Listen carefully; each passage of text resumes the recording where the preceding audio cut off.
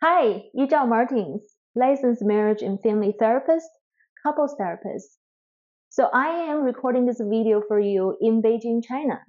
And on my long flight, I had a lot of time. It's a perfect timing for me to reflect on my work. And I want to continue with our last week's conversation on Brio and some of the characteristics that's relating to my work with the couples impacted by ADHD. So today I want to talk to you about authority issues. What is the authority issues? So in psychology, we talk about each person has their own inner authority, which means they are in their own body, they're aware of their own feelings and their thoughts and values, and they can have a healthy interaction with the open and closed permeability of their boundary with the other people and with the environment. So what made me thinking about the show Good Girls are those two main characters, Rio and Beth. So they both come in as someone who are the outlaws and want to challenge the external authority, which is the larger societal rules and laws and ethics and regulations, right? So Beth was introduced to Rio's world of rebellions and breaking the laws and doing some illegal activities because of her desperate financial situation. And also there's a part of her that's wanting to push against authority and wanting to prove that she's capable. So she has shown many signs that she's challenged with authority issues, and she has grown over the 4 seasons to take control and take back her authority. While Rio has been pushing against authority and showing some signs that we call oppositional defiant personality traits that I want to tell you a little bit more about the two characters and how those two characters can show up in ADHD impacted relationship. So let's get into the nitty gritties about authority, shall we? The first element of someone's inner authority is they aware of their thoughts, their feelings, and how that's manifesting in their physical sensations. So when they're in what we call the self energy, when they're making the self-led decisions, they are feeling grounded, centered. They're very attuned with what's going on with them. You can actually see all of that from the real character. And so this character has said many times, I do this, I don't do that. This is how I operate. And he spells out his values as for if I were to do this for you, how much money I would like to have. My role as a drug dealer, here's my task. So those are actually sure signs of someone who is assertive and who knows their own values and their thoughts and feelings and their own way of operating in the world. Versus the opposite of Beth constantly asking Rio to take care of business for her. Can you take care of it for me, this person that's causing me the stress?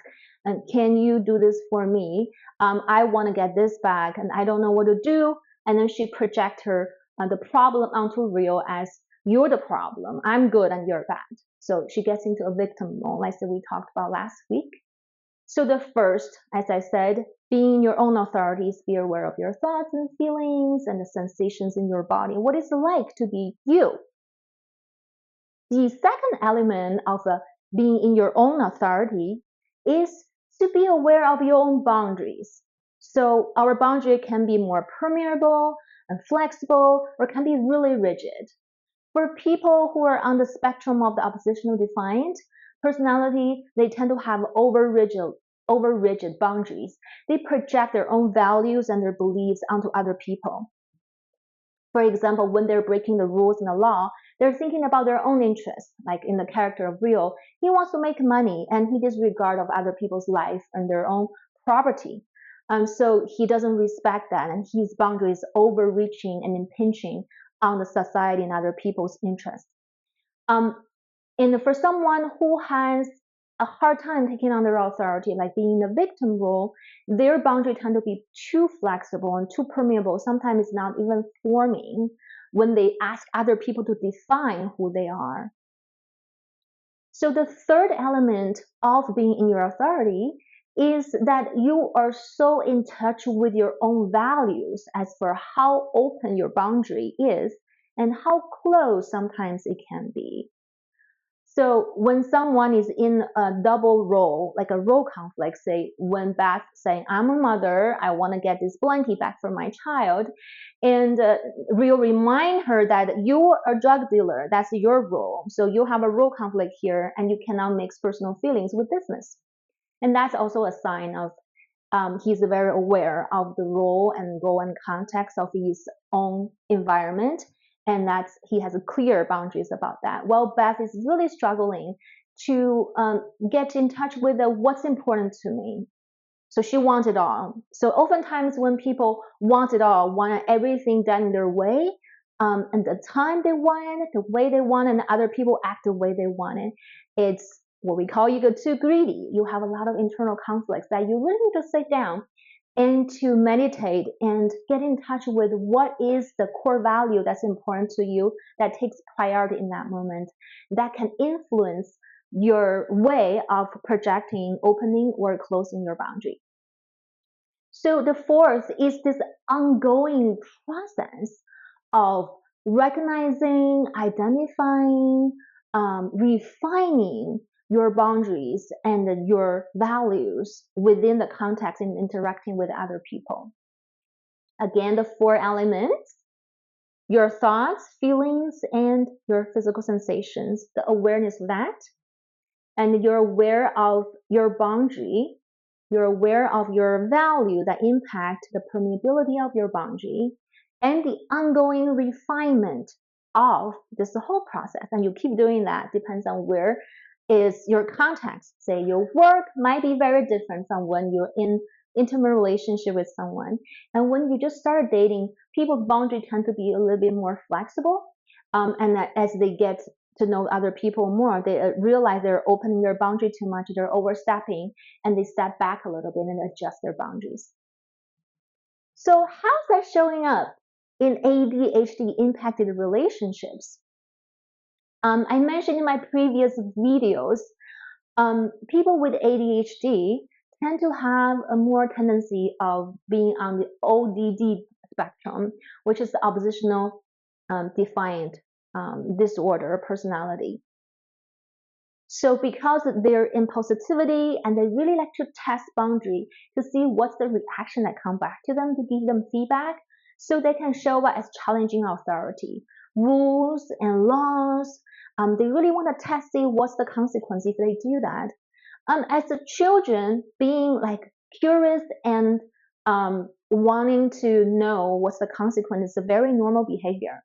But when that's not contained and processed and supported, they can really lean to the other side of their boundaries being too overreaching and too impinging on other people's interests and get them into trouble with authorities like the law enforcement and get into the criminal justice system. So in romantic relationship, I often hear my clients talk about the ADHD partner tend to be very defiant and oppositional, and challenges their partner when it comes to, say, a decision that's already been made between the two of them, not respecting their promises and rules, and always wanting to push a little bit, see how far they can go, which irritate a lot their non-ADHD partners. And the ADHD partner tend to attract partners who are overfunctional, as we talked about before, and then those people sometimes get into a victim role where their boundaries start with very flexible and open and overtaking on other people's values, and then they're not even aware of where their lines are until people already went in too far. And the non-ADHD partners start to get very angry or depressed because they were not holding their boundary firm.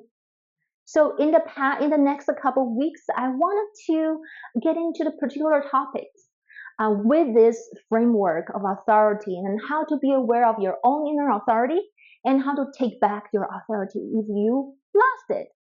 I wanted to cover the topic really interesting and controversial for a lot of my couples, like money, like sex and parenting together, and other related issues. I will break it down to smaller chunks for you, and we really delve into explore somatically what is like when you're in your authority, what is like when you are giving up your authority and your power, and how is that felt in the body, and how to really cultivate this in empowerment and strength and self-energy so you can be in your authority or come back to your authority. Until next time, I will be recording the next 2 or 3 videos in China and Kenya. I'll see you soon.